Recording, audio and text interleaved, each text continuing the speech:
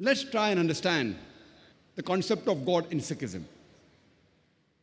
Though Sikhism is not considered one of the major world religions, but has a huge following, it is considered as an offshoot of Hinduism, and it was founded by Guru Nanak in the late part of the 15th century in the land of Pakistan and northwestern India, called as Punjab, the land of 5 rivers.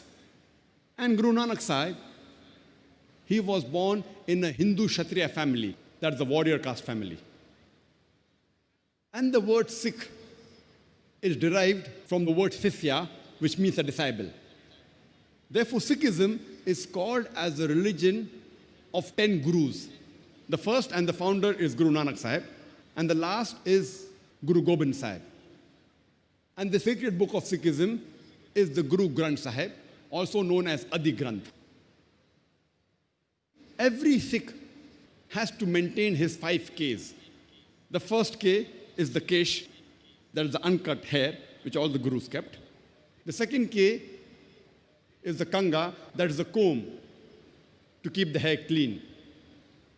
The third K is the kada, that's a metal or a steel bangle, which is used for strength. The fourth K, it is the kirpan, or the dagger, which is used for self-defense. And the fifth K is the kacha, or the long underdrawers or underwear, which is used for agility. Every Sikh, according to Sikhism, has to maintain his 5 Ks. And if you ask any Sikh that what is the definition of Almighty God in Sikhism, the best reply he can give you is quote to you the Mool Mantra of Sikhism.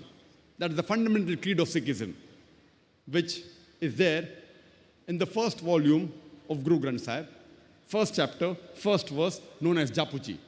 It says that God is only one.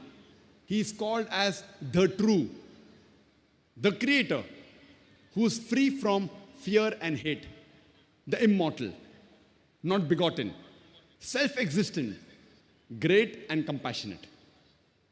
This is the description of Almighty God in the Japuji, which is the Mool Mantra of Sikhism. And Sikhism is strictly a monotheistic religion. And in the unmanifest form, Almighty God in Sikhism is called as Ekomkara. And the manifest form, he is called as Omkara. And there are various attributes given to Almighty God in Sikhism, in the sacred scriptures. He is referred to as Akal, that is eternal. He is called as the Kartar, the creator. He is referred to as Satnama, which is the holy name. He is called as Sahib, which means the Lord. He is called as Parvardigar, which means the cherisher. He is called as Rahim, the merciful. He is called as Kareem, the beneficent. He is also called as Vahe Guru, means one true God. Sikhism, besides being a monotheistic religion, it is against Avtarvada, which means it is against Almighty God taking incarnation, against Almighty God incarnating, known as Avatar. And it is also against idol worship. Guru Nanak, he was also influenced by Sant Kabir. And in our school days, we were taught the couplets, the dohas of Sant Kabir. And one of the famous couplet which I learned in school was, Dukh mein sumir na sab kare, sukh mein kare na koye. Jo sukh mein sumir na kare, to dukh kaye hoye, which means during trouble, all the people remember God. But during peace and happiness, no one remembers God. The person who remembers God in times of peace and happiness, why should trouble touch him? This is the same thing which is mentioned in the Quran, in Surah Az-Zumur, chapter 39, verse number 8. Almighty God says, when trouble toucheth man, he prays to Almighty God, Allah subhanahu wa ta'ala. And when Almighty God bestow his favors on him, he forgets that he had prayed to Almighty God.